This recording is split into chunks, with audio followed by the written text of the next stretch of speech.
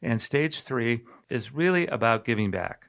Years and years ago, Alcoholics Anonymous identified it in step 12. They said, having had a spiritual awakening as a result of these steps, we decided to carry the message to others. What I wanted to really emphasize today is that stage 3 is about thriving. It's about giving. And I do think, by the way, one of the ways we cement our recovery for the rest of our lives is to give back, is to teach, is to model, is to be willing to come alongside, be willing to share our story. And that's something I really get passionate about.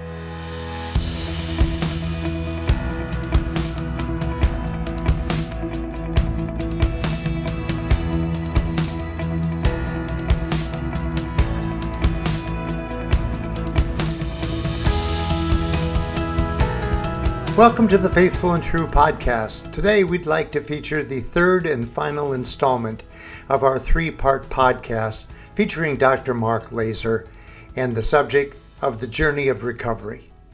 We hope that this series has been helpful to you and the wisdom of Dr. Laaser is speaking directly to your heart. Here now is Dr. Mark Laaser and the journey of recovery, part 3. Today we're going to continue on and finish our series that we started about the stages of recovery or the journey of recovery. And today we're going to get to stage 3, the final stage, the positive stage, the vision stage, and talk about that. Well, I think everyone's excited to hear this phase where you have not only survived, but you are also experiencing the sensation of thriving. Thriving, that's right. Yeah. So let's just review for a minute. We talked about stage 1 as being that initial stage that we get into when we first get the disclosure, awareness, discovery that there's a problem, there's an addiction present. Sometimes the addicts that we work with, they self-disclose. Sometimes they're found out. The new information comes to a spouse or sometimes others around in terms of, where you're employed, or in a few of the cases around here, certain men have even gotten involved in illegal activities, but some kind of intervention, discovery, disclosure happens, and a lifetime of secrets is opened up. And that, again, forces a decision on the addict as to whether or not they're going to surrender themselves to the process of healing, the process of recovery, and fully participate in recovery.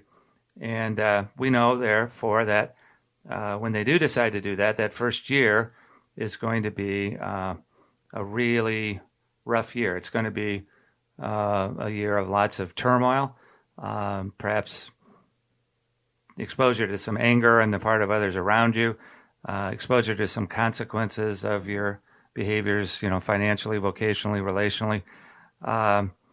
You're going to have moments of positive feelings that you're making progress, and then at other times feelings that you're not making any progress at all. Does that make stage 1, Mark, the most painful stage? I think it is, in terms of feeling like a roller coaster ride at times, feeling like you're sometimes spinning in circles. Sometimes it feels like you're taking 2 steps forward and maybe 1 step back. I know the average addict is not very patient, so they tend to be fixers, and they would like to have all people around them not suffer consequences or not be angry at them. And so they do spend some time impatiently trying to be defensive at points during this stage, and that doesn't work very well either. Right. Now, I think everything has its pluses and minuses, and the great plus in this stage, of course, is that we are starting to see the addict's willingness to get help, to get healing, to turn their life around, and we are going to start seeing evidence of that. And the main evidence that we should see during this stage is, ongoing sobriety. That's the main thing. So, the goal of stage 1 is to maintain sobriety and get kind of to the end of a year. We really say that we don't trust an addict's recovery until they get roughly 1 year's worth of sobriety. So this is a review. You're right. No, I think that our listeners are going to appreciate that, because there are times that the listeners run across these podcasts and don't necessarily hear them in order, Right. as much as we catalog them, trying to show everyone part 1, part 2, part 3. But I think in wrapping up the third stage of this series, doing a little recap at the beginning here is valuable. Well, so that's kind of stage 1. And another thing to realize, I think, about stage 1 is not everybody in your circle of friends or family are going to be kind of always at the same place. I mean, sometimes the addict kind of races ahead and wants to do everything they can. And sometimes others around him, like the spouse, are kind of sitting back and waiting to see if this time is different, this time is going to take, this time is going to be more successful. And so there again, there can be some frustration in that not everybody is on the same stage of the course of healing. So when we get to stage 2, we know we're kind of arrived there, where it's kind of hard to explain, but on the other hand, it isn't. It's kind of, you'll notice it's happening. You're moving into stage 2 when, to some degree, the sobriety piece doesn't become the main problem anymore. It's still a problem. It's still a challenge. It's still something that the addict is working on. He's still doing all of his accountabilities and all his therapies and all his support and all of that. But it's not something you're thinking about every minute of every hour of every day. It's a year in place, and our mind is now kind of freed up. I sometimes say the door is unlocked to get into what is in fact the second, sometimes the third year of recovery, when we can start working on repairing things, practicing things, getting better at things. And those things involve, relationship skills. Sometimes our financial situation gets repaired. Certainly relationships, primary ones, hopefully start healing and getting better. We get better at expressing our emotions and being honest, and lots of things that we teach around here that are part of recovery. These are being really worked on and practiced during the second stage. It's a time, some have said stage 2 is a time of growth. And I would imagine that growth includes not only the individual, like the men that we work with, but also with their spouse. That's right. It takes this 1.5 to 2 year time period, trying to earn back your spouse's trust, Right.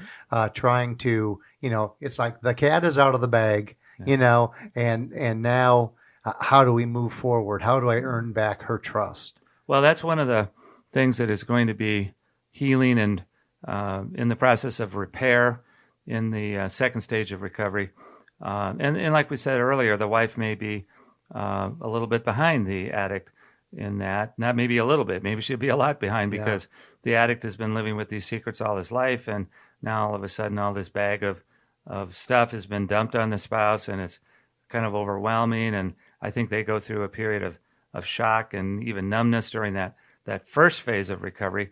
Now when they get into stage 2, the spouses, I think they're willing to look at trust. They're willing to look at some of the things we recommend that build trust. One of the things we've talked about on this show is that sometime here in that first year, we're going to want the addict to do a full disclosure and go through their entire timeline and be really honest. And the spouse is going to have to deal with what she hears there.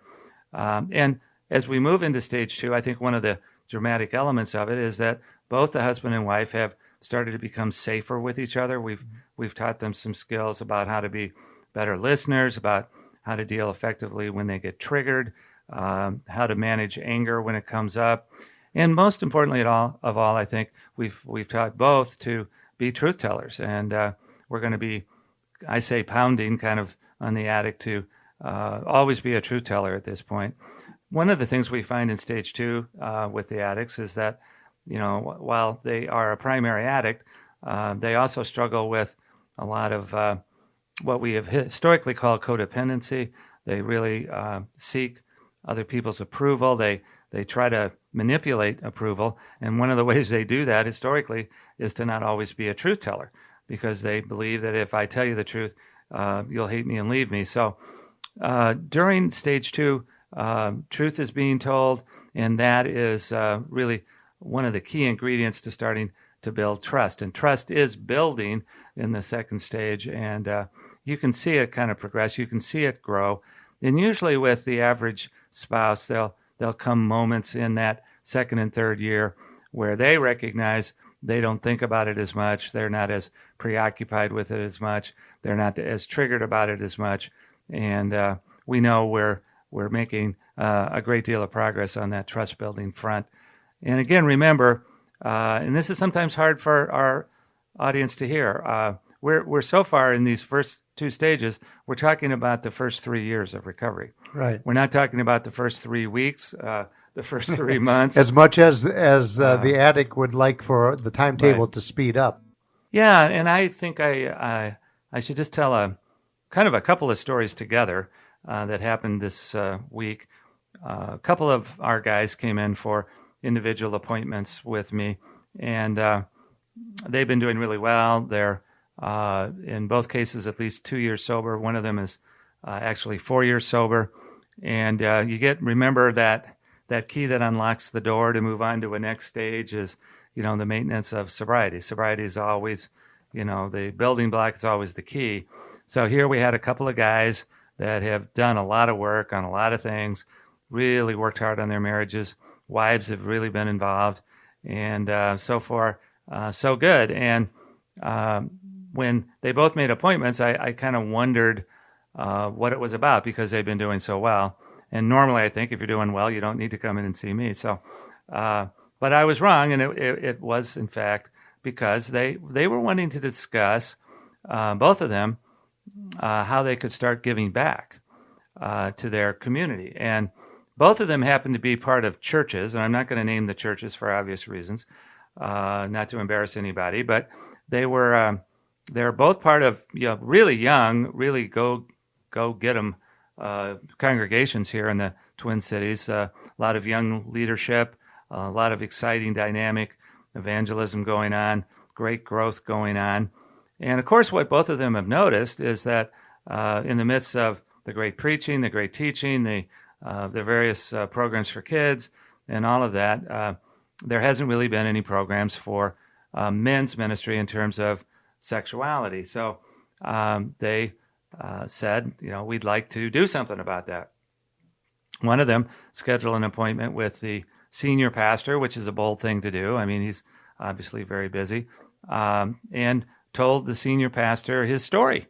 Brought his wife with him, and they both talked about the fact that they'd been through this, and I'm sure we're describing stage 1 and stage 2 and what that was like. And the pastor, of course, was very affirming and grace-filled about the fact that, he'd seen the light, he'd repented, he'd gotten sober, and all of that. And that was about 6 weeks ago, and he was bemoaning the fact that the pastor hasn't called him. And there was kind of an offer on the table that if there's any other men, in the congregation that you perceive struggling with these things, I'd certainly be willing to talk to them. The other guy kind of had a similar thing. He said, we're part of a much smaller church. It's kind of a contrast. And we would like as a couple to really reach out to other couples in our church, because we notice that, some of the couples are struggling, and we recognize the symptoms now that we've lived through them. And we'd really like to get something going in our church for kind of a more progressive couples ministry, particularly around these issues of sexuality. And they also approached one of their pastors, and he wasn't quite sure what to do with that. So I'm not here to criticize the church. I'm just saying that both of these young men are really at that point where they're wanting to enter stage 3. And stage 3 is really about giving back. Years and years ago, Alcoholics Anonymous identified it in step 12. They said, having had a spiritual awakening as a result of these steps, we decided to carry the message to others. And I think when we have received a great healing and we know it's of the Lord and we know God has been graceful to us, there is that natural urge and longing that we have to share it, to to give it to others, because we know what the grace has felt like. We know what the direction of the Lord has felt like, and we know what the freedom of being done with this sexual addiction stuff. We know what that feels like, and it's really a lot of enthusiasm. So what I wanted to really emphasize today is that stage 3 is about thriving. It's about giving. And I do think, by the way, one of the ways we cement our recovery for the rest of our lives is to give back, is to teach, is to model, is to be willing to come alongside, be willing to share our story. And that's something I really get passionate about. I think in the average church, we've had, a lot of shame around sexuality issues. I think a lot of people are in any church are struggling, but very, very few people are ever willing to tell their own story. And if we have stories of victory, stories of people that are doing well and getting it right, we need to be hearing those stories at church. And that's really what stage 3 is about. It's about telling your story, telling your journey, telling what you've done, telling what your hope is, describing your faith, talking about what God has done. And I know in my own journey, I'll tell this story as an indication of where I was at the time. I was, of course, invited to write my first book, and it was about 3 years into my recovery. So, I'm right on target for these stages, I guess, that I'm talking about. And I remember one night I was down in my writing area of my house at that time, and I was getting to the point where the book was about 250 pages, and it was almost done. And I had the whole thing up on the computer, and a shame attack happened to me. I was thinking that, I've told my own story throughout this book, and if this story gets out there, there's going to be people that judge me. There's going to be people that don't want to be with me, associate with me, and I was very tempted that night. And in one of those moments of spiritual darkness, I think Satan was really after me, I believe. It was like Satan's last-ditch effort trying to get you not to publish the book. Well, the truth of it is, Aaron, that I actually had my finger on the delete button to delete the whole manuscript. Wow. And at that point, Debbie walked down, and she said, "What are you doing?" And I said, waiting for an angel to intervene. Waiting for an angel to come and intervene. That's not what I said, but that is in fact what happened. So she said, "You're having a moment of shame and crisis, aren't you?" And I said, "Yeah." So we talked through that, and then one of the things I still do is when I'm writing, I will, particularly if I'm writing late at night, I'll put on KTIS, our local Christian music station, and that particular night, as I was sitting there struggling with this and talking to Deb, they put on the song, "This little gospel light of mine, I'm going to let it shine." And so I said to myself, God, you really had to take me back to my Sunday school days to remind you of who's in charge. And let's get back to the basics. Let's get back to the basics.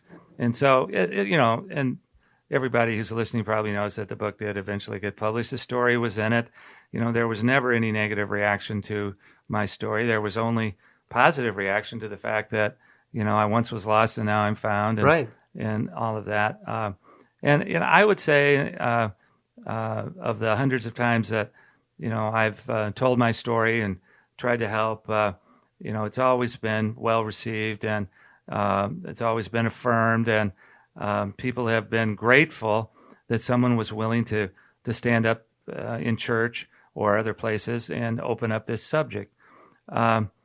I think, to me, that's stage 3. That's thriving. That's giving back. That's working on the fruits of the Spirit that Paul describes in Philippians. It's continuing the journey of becoming the man that God calls me to be. It's exploring my passions. It's exploring my visions, and constantly, it's always seeking to serve God's purposes and to give back. And even at this stage of my life, with everything else going on, these are still the questions I'm asking. I'm still technically in stage 3. It's the last phase. So how is God, even in everything going on in my health and everything going on in my life, how is he still trying to perfect my character, to shape our ministry, to so that we can continue to serve? Meanwhile, as you're always sharing with us, Satan is busy with the spiritual warfare that we see happen all around us. And that night in the lower level of your house, as you're almost done with the book, just like Aaron said, it was Satan's last attempt. Let me see if I can't get in there and hit that delete button. Right. And what's so inspiring is to see you on this side of that evening, realizing that the right thing to do was to march on in strength, knowing that this was godly inspired. This was this is what God had in mind for you. And once again, Satan was foiled. Right. And he always will be. If we sometimes, we just need to call a timeout because we know he's attacking, and we need to get with truth tellers. Right. And we need to get with people in our support, hopefully our spouse. And, that goes to show you in the story that I told, that Debbie and I were of one heart and mind about that book. I mean, publishing a book about my story out there in the world, you can better believe that Debbie and I had talked about it. Yeah. I mean, it's not time or two. It's not just me that's exposing my sexual sin to the world, but it was also directly exposing, Debbie's story about that. So, she and I better be a team, and we were at that point. What's interesting about that story is I think that Debbie felt, in terms of writing her own book, it was a number of years left to go before it wasn't that she didn't have the confidence, but she felt that God's timing was better when it did come out many years later. But that's all stage 3 for the two of us. It's part of our ongoing vision. And when we're in this stage, I think we know the value of community. Our community around us is very solid. One of the issues that came up last night in group that I teach all the time, and it's amazing how many times I have to remind guys, but our community involves a number of people who have different accountability functions. Last night, one of the guys was bemoaning the fact that he's not able to consistently do his spiritual disciplines in the morning like he'd like, prayer and Bible study, meditation. And I asked him, I said, do you call your accountability partner for spirituality? And he said, what is that? I said, well, I think we all need people in our community who are spiritual guides, spiritual directors, people that are maybe farther down the road than we are in terms of their own level of spiritual development. But, throughout the history of my recovery, I've always had somebody that I identify as the spiritual director of my program. Maybe it's my pastor. Maybe it's somebody who actually does spiritual direction. Maybe it's just an older, wiser Christian man that I know who's able to set me straight at times. I think that community and building community of wise men in my life, wise women in Debbie's life, that's all part of stage 3. And it is a glorious time, I think, also of seeing the fruits of the Spirit, because we will start seeing people who have been influenced by our story and by our work, who themselves now are doing well. So as we have wrapped up this series, as you have so many times, I know that the listeners are inspired and affirmed when you close us out with that call to action to them. And what would that call be as our listeners are hearing this 3-part series on recovery?